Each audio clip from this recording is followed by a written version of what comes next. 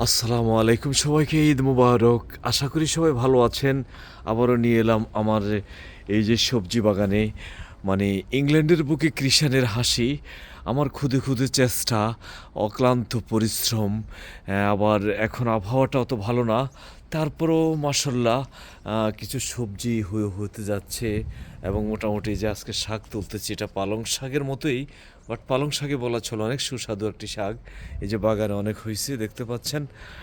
এই যে চেষ্টা করলে কি না হয়, এই যে দেখেন আমার ছোট ছোট চেষ্টায় বিভিন্ন পরিত্যক্ত জিনিস দিয়ে আমি এগুলি তৈরি করেছি।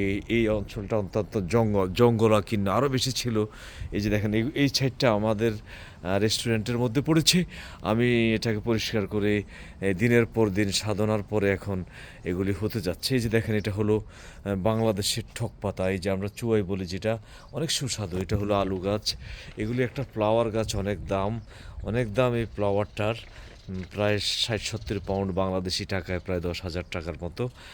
আপনার ওইটা পালং শাক, এগুলি সরিষা শাক। এই যে সরিষা শাক বহন করেছি।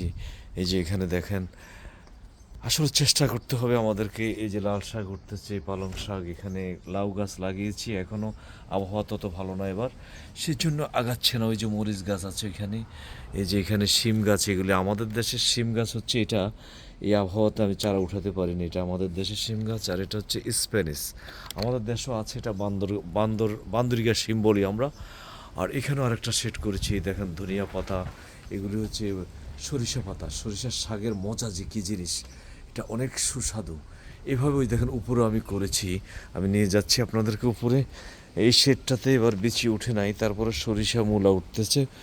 এই যেগুলি ফ্লাওয়ার, এক একটি ফ্লাওয়ার গাছ বাংলাদেশি টাকায় 7-8 হাজার টাকা, চন্দ্রমল্লিকা। তো আমি এটাকে চেষ্টা করতেছি এবার ফুল উঠানোর জন্য, দেখা যাক আল্লাহ কী করে। আচ্ছা, এই যে উঠতে যাচ্ছি, দেখতে পাচ্ছেন।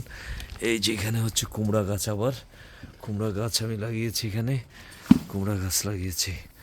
আপনারা এই যে দেখেন, এটা হচ্ছে আমাদের স্কোয়াশ বলা হয় যেটাকে, মানে লম্বা কুমড়া। বাংলাদেশে কে কী বলে জানি না। এই যে কুমড়া ধরতেছে মাশাল্লাহ। এই যে এখানেও কুমড়া ধরতেছে, বড় হয়ে যাচ্ছে কুমড়া আপনাদের দোয়ায়। এই যে দেখেন কুমড়া বড় হয়ে যাচ্ছে মাশাল্লাহ। এই যে দেখতে পাচ্ছেন, এই ধরতেছে। এটা হচ্ছে শিম গাছ, এখানে লাউ গাছ দিছি। এটিগুলি সব টক পাতা, আমি অনেক ভালোবাসি। এটাও পালং শাক। এগুলি মাস্টার্ড, মানে সরিষা পাতা। এই যে আবার এখানে হচ্ছে সব ধনিয়া পাতা, দেখতে পাচ্ছেন, শেড করেছি ছোট ছোট। এটা হচ্ছে লাউ গাছ।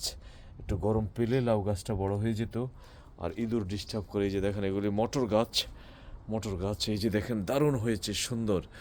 মানে ইংল্যান্ডের, এটা ইংল্যান্ডের অধীনে আয়ারল্যান্ডের একটি অংশ। এই যে দেখেন সব সরিষা গাছ, টক পাতা, মরিচ গাছ, টমাটো, ওই যে মটর গাছ, মটরের ফুল এসে গেছে। এই যে দেখেন, এটা কত উপরে আমি উঠেছি, ছাদের উপরে। পরিত্যক্ত জিনিস ছিল এই রেস্টুরেন্টের পেছনে। এই যে এটা হইলো হাইসা, মানে হেলেঞ্চা শাক উঠতেছে। এই যে এখানে পাট শাক, এটা হইলো ভুট্টার শাক, দেখতে পাচ্ছেন। ভুট্টার শাক বড় হচ্ছে, যা আমি অনেক বেশি পছন্দ করি। আর এগুলি পাট শাক। এভাবে আসলে মশাল্লা অনেক কিছু হইতেছে।